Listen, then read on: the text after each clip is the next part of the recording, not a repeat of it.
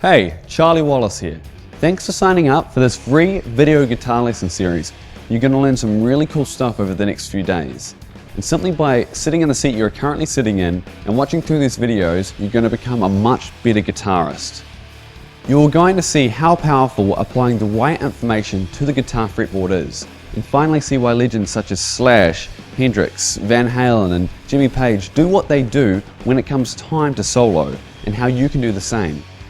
No matter what style you play, whether you play rock, jazz, blues, acoustic, whether you're left-handed, right-handed, you've got short fingers, long fingers, you're a beginner or an advanced player, the stuff that you're about to learn is the secret recipe that will change the whole way you look at the guitar fretboard. I started out like most people, struggling to put two chords together on the guitar, and just generally making everything sound pretty terrible. I couldn't afford to get guitar lessons like my friends were doing, and that really frustrated me because I had this drive to get better, and I just couldn't afford a guitar lesson. So I went on a search and just found every single piece of guitar material I possibly could, and just would go over and over and over and over it.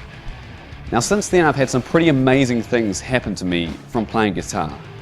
From being flown around the world to perform in foreign countries, getting to play in front of thousands of people,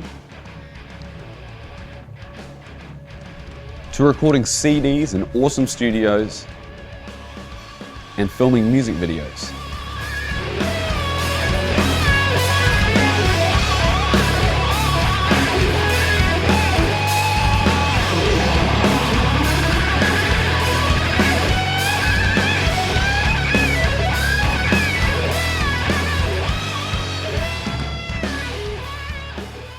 And I can honestly say that a huge leap in my guitar playing ability that led to all these things came when I learned the information I'm about to teach you now. By the end of this 3-part video series, you're going to know how to play in any key all over the fretboard, be able to improvise, write solos, and make up stuff on the spot that sounds awesome. And I'm going to give you a couple of full band backing tracks so you can test all this stuff out. Now, just before we start, I'm going to show you a quick clip explaining exactly what we're going to be doing and how to read the reference material that comes along with it. So we're going to be playing guitar scales. So this video will explain a little bit more. Scales have long been a mystery to a lot of guitarists. Quite often guitar teachers and lesson books make scales out to be far more complicated than they have to be. What a scale actually is a sequence of notes that all go together in a key. Knowing scales opens up a lot of possibilities and expands the guitar playing ability faster and better than anything else apart from technical ability possibly could. The following has to be the easiest way to learn all the scales that link up the fretboard. This is your shortcut to learning scales. The scale patterns you're going to learn are named after the chord that each pattern is built around.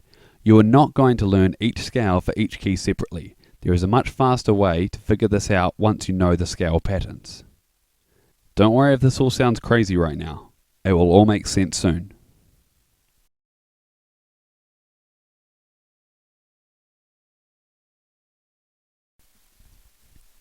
In this course, I will refer to your fingers with numbers. Your index finger is your first finger, your middle, your second, ring finger is the third, and your pinky is your fourth finger.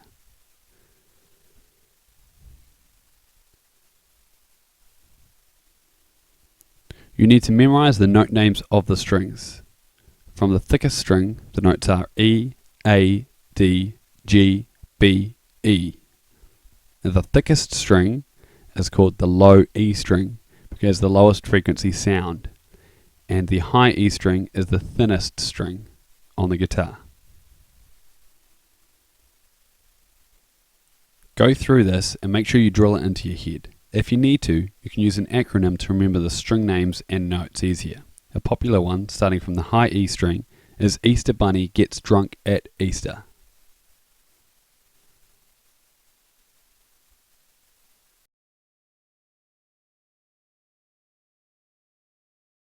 Scale diagrams are very easy to read.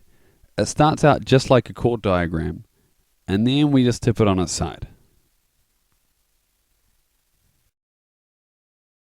Here is the first scale pattern you will learn in its scale diagram. As you can see, this is just a snapshot of the fretboard, with the thickest string here and the thinnest string up here, and obviously all the others in the middle. Pause the video and read through all the other parts of the scale diagram and make sure you understand them before moving on.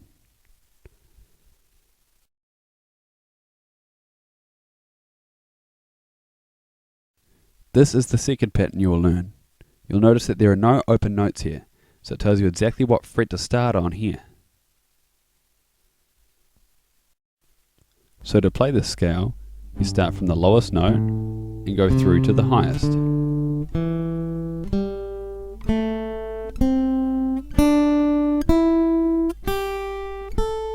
Then back down to the lowest note.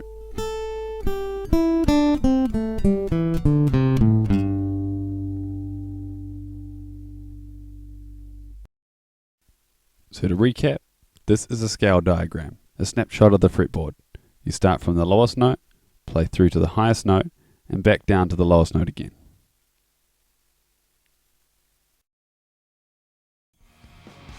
So now you know a little bit about what a scale is and how to read a scale diagram. Now we're going to be heading over to New Zealand's iconic music venue, the Cabana, where I've had the privilege to perform dozens of times. And we're going to break down these scales and make them really easy for you to understand. So grab your guitar and get ready. We're going to be doing what is called the caged pentatonic guitar scale system. Now if you aren't familiar with the open chords of C, A, G, E and D, you'll find a PDF file just below this video with the chord diagrams to show you. Altogether there are 5 patterns, but we're only going to start with the first 2. So let's get rolling. So here are the only 5 pentatonic scale patterns that you'll need to learn. Okay, so we're going to be learning C, A, G, E and D. Just like those chords we learned way at the start, it goes with the word caged, so it's really easy to remember. And it's actually how you figure out how all the scale patterns link together as well. So each of these patterns is built from the chord that we name them after. So for instance, the first pattern, C, is built from the C chord.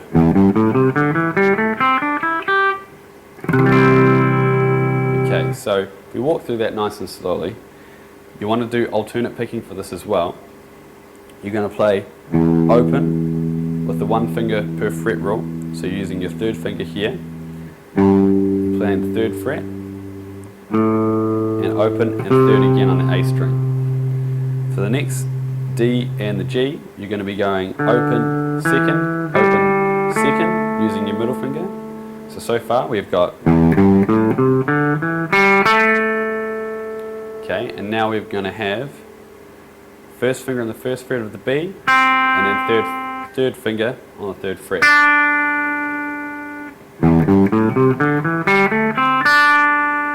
Okay, and finally, the bottom of the scale will always be the same as the top. Started like that, we're going to end like that. Okay, so once you get to the bottom, you play it back. So when you practice these, you want to play them like this.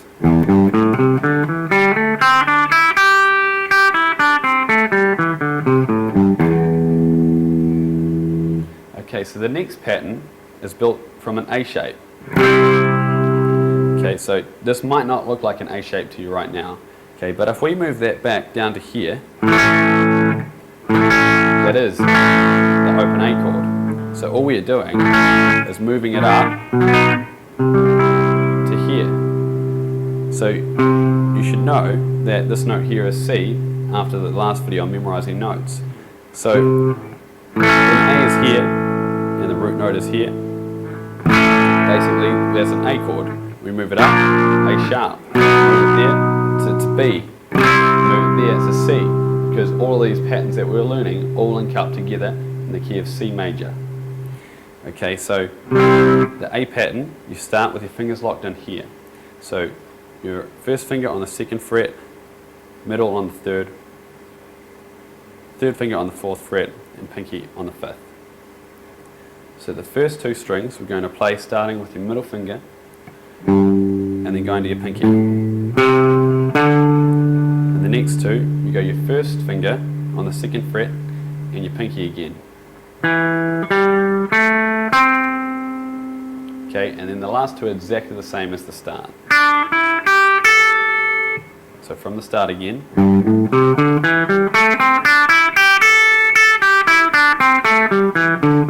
And it's crucial that you use the exact right fingers for this. So don't reach over with this finger if you find it easier. Don't use your index finger here. You have to have them locked in. Okay, so in case you haven't noticed, the C pattern and the A pattern share the exact same notes right here.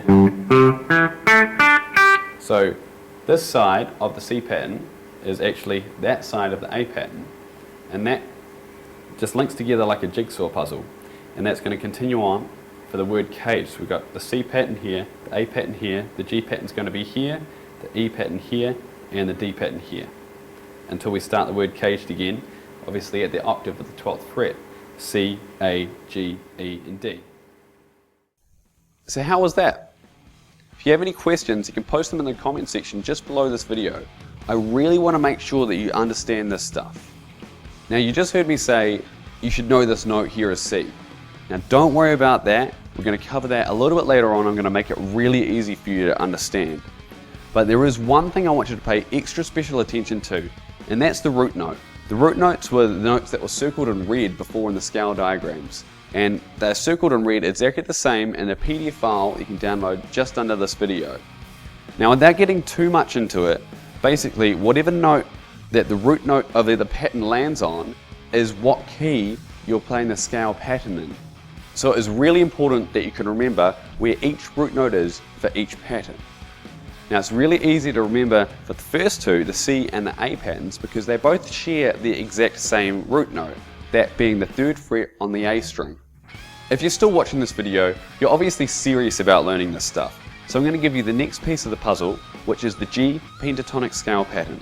Then you will know 3 of the 5 patterns that link up the whole fretboard. At this stage in learning, it is really important that you can play each pattern separately. You want to go over and over them to get them completely embedded in your mind.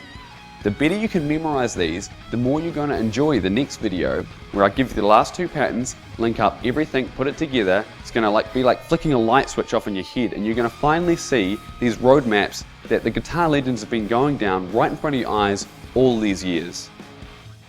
Here is the G pentatonic scale pattern. Now, this has to be the easiest of the 5 and my personal favorite. So the G pattern, built from the open G chord, moved up so that the root note lands on a C chord, goes like this. 5th fret with your index finger to your pinky on the 8th fret. Now we're going to walk through index finger and 3rd finger on the A, D and G strings, and then index and pinky for the last 2. This is the most common pattern people usually learn first.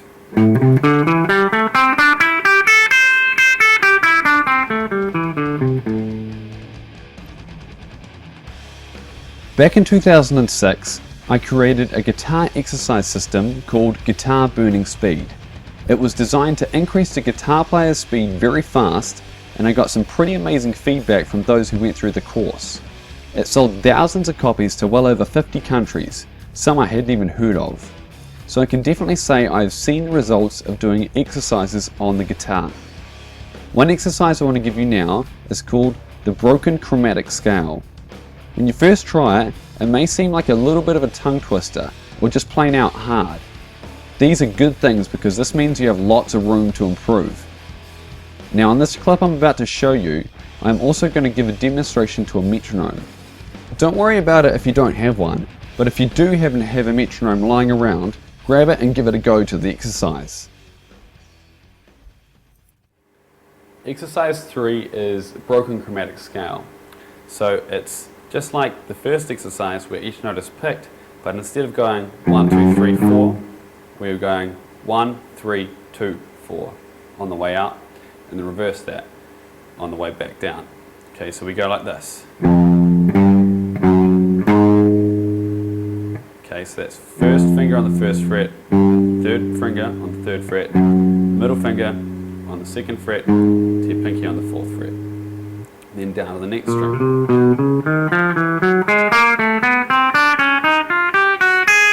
Once we get to the bottom, take all 4 fingers up a fret, and now reverse the pattern. So we'll be going from your pinky to your middle finger, to your 3rd finger, to your 1st. With the alternate down, up, picking as well. So we go through all those.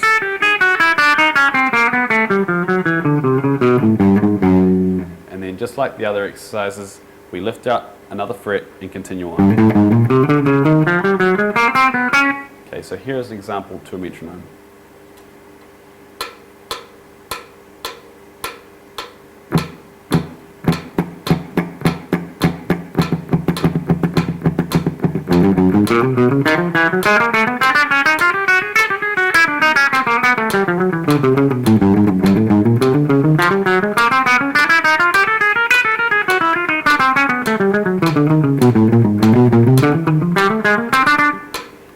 When you first start doing this exercise, it's going to seem like a tongue twister. You just want to keep sticking at it until you can do it fluently. And remember, only do it at a speed that you find comfortable.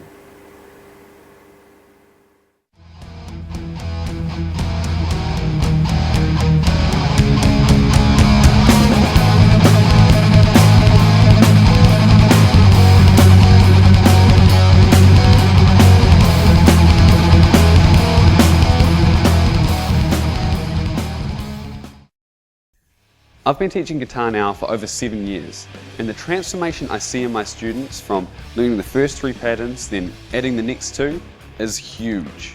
And I'm going to be giving you those next 2 patterns in the next video, so make sure you keep an eye out for it. And I'm also going to be giving you a specific exercise to increase your hand and finger stretch to make everything you play on the guitar that much easier. So just before I go, I've got a couple of questions. So first of all, out of the first 3 patterns that you learned, what one was the hardest? And were you using the correct fingers that I was telling you in the video? And also, everybody has that one song that made them want to play guitar. For me, it was Paranoid by Black Sabbath. I was watching a skating video and I heard that intro riff come in and I just knew I wanted to play that on guitar. What was that song for you? Let me know in the comment section below. I'd be really interested to hear. And I'll see you in the next video.